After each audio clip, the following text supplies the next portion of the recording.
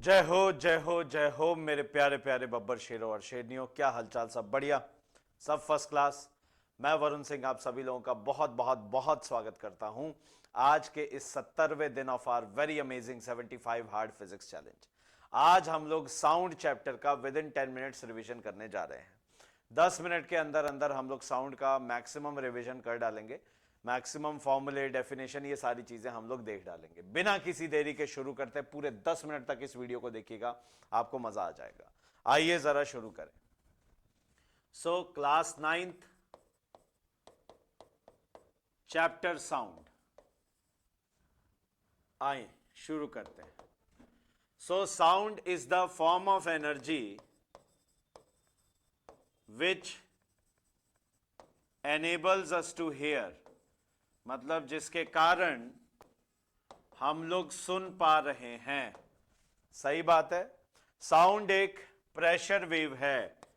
It is a pressure wave या mechanical wave.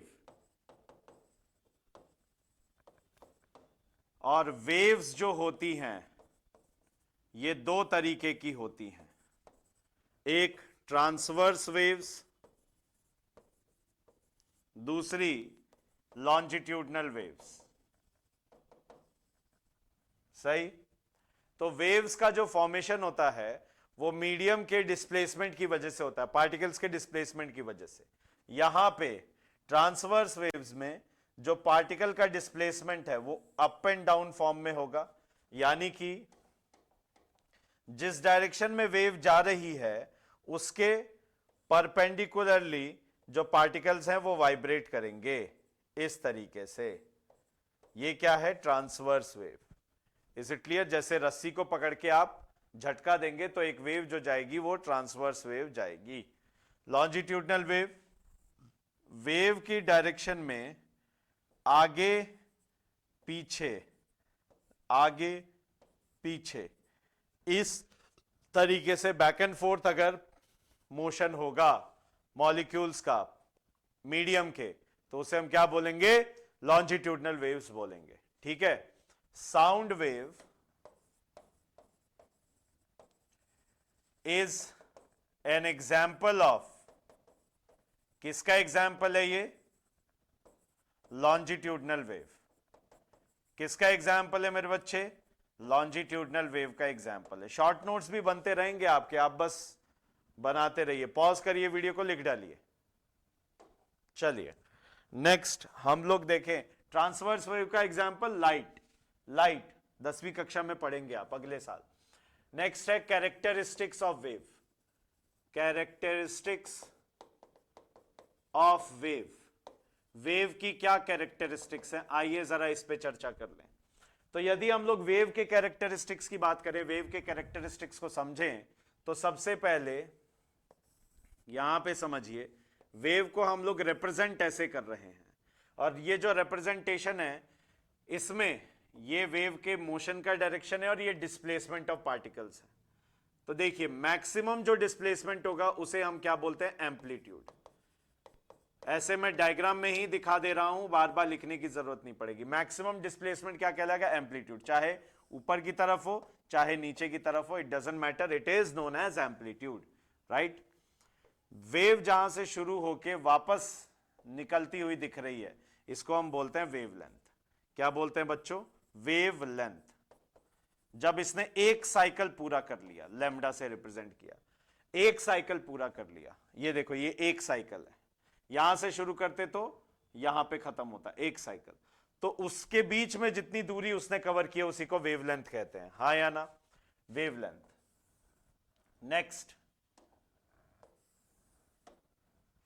ये जो ऊपर वाला पोर्शन है ये कहलाता है क्रेस्ट। ये क्या कहलाएगा? क्रेस्ट। और ये जो नीचे वाला पोर्शन है इसको हम कहते हैं ट्रफ। क्या कहते हैं बच्चों? Trough. So crest and trough, crest and trough, ये क्रेस्ट ट्रफ बनता चला जाता है। बोलो यार यस और नो। वेवलेंथ हो गया, एम्पलीट्यूड हो गया। नेक्स्ट आता है टाइम पीरियड।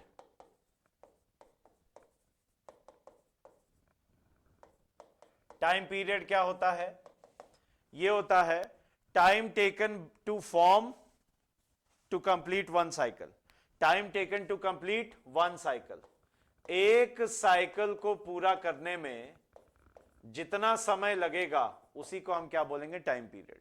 ठीक है, that is what we know as time period. Is it clear? Time period is the time taken to complete one cycle. बहुत अच्छे। फिर आता है frequency, frequency denoted by nu. अब ये फ्रीक्वेंसी क्या है? न्यू को अगर मैं डिनोट करूंगा तो न्यू क्या कहलाएगा, ध्यान देखिए, number of cycles, number of cycles in 1 second. एक सेकंड में जितनी साइकिल्स पूरी हो रही हैं, number of cycles in 1 second, एक सेकंड में जितनी साइकिल पूरी हो रही है, एक सेकंड में। ठीक है, एक सेकंड में। तो यानी कि इसकी यूनिट क्या आ जाएगी, 1/सेकेंड और हर्ट्ज। सही बात है। फिर आता है वेलोसिटी ऑफ वेव। वेलोसिटी को डिनोट किया जाता है, और इस पे न्यूमेरिकल भी पूछा है, हमने कराया भी है बहुत सारा न्यूमेरिकल थ्योरी जब हमने किए तब। तो वेलोसिटी जो है उसको हमने कैसे किया है, कैसे देखा है? वेलोसिटी इज v बराबर लैम्बडा अपॉन टाइम पीरियड। ये है velocity of the wave metre पर सेकेंड में। या फिर आप बोल सकते हो v बराबर लैम्बडा इंटू फ्रीक्वेंसी, क्योंकि 1/t क्या होता है, 1/t is 1/t time period, 1/t is what, खत्म, फ्रीक्वेंसी। तो ये आपका निकल के आ गया। इस पे क्वेश्चंस आपके पूछते हैं, जो मैंने करने का तरीका आपको बता दिया है। Is it clear? हाँ या ना? फिर हम लोग जो साउंड सुन सकते हैं, अच्छा रिफ्लेक्शन ऑफ साउंड बता दूं। Reflection of sound, reflection of sound कुछ नहीं, बहुत सिंपल। ये मान लो सरफेस है जहां पे साउंड वेव इंसिडेंट है, ये इंसिडेंट साउंड है एक किसी एंगल थीटा पे, राइट। ये रिफ्लेक्टेड साउंड है, ये किसी एंगल मान लो फाई पे, सही है, और ये नॉर्मल है, सरफेस के परपेंडिकुलर नॉर्मल। पहली बात, पहला लॉ क्या कहता है, ये सब एक ही प्लेन में रहेंगे, इन सब का प्लेन एक ही है। दूसरा कहता है कि थीटा बराबर फाई होगा हमेशा, राइट। ये है reflection of sound. Reflection of sound की वजह से एको प्रोड्यूस होता है, एको बार बार बार बार रिपीटेड रिफ्लेक्शन है। और अगर यही reflection small amount of time में होगा, उसको रिवर्बरेशन कहते हैं। एको and reverberation. Echo is repeated reflection of sound. ये एको विद स्मॉल टाइम गैप्स। इसको करेक्ट करने के लिए हम लोग क्या यूज में लेते हैं, टू डिक्रीज रिवर्बरेशन। वरना चिड़ वाली साउंड होती है, बहुत ज्यादा बेस हो जाता है साउंड में, right. Number 1 use of curtains, curtains का इस्तेमाल किया जाता है। नंबर 2 हैवी कर्टेन्स का in fact use of carpets, right. Number 3 use of doors and Windows, जिससे कि साउंड जो है वो रिफ्लेक्ट ना हो, एब्जॉर्ब हो जाए। ये साउंड एब्जॉर्बिंग मीडियम्स हैं सारे। Is it clear? ये है। फिर अल्ट्रासाउंड, अल्ट्रासाउंड के फीचर, सोनार, ये सब हम देख चुके हैं, राइट। इसको या तो फिर कल नेक्स्ट पार्ट में कर लेंगे छोटा सा, राइट। तो आई होप ये आपको क्लियर हुआ हो। 10 मिनट का समय हो चुका है, प्लीज इसे कॉपी कर लीजिए पॉज करके, इसे कर लीजिए पॉज करके कॉपी।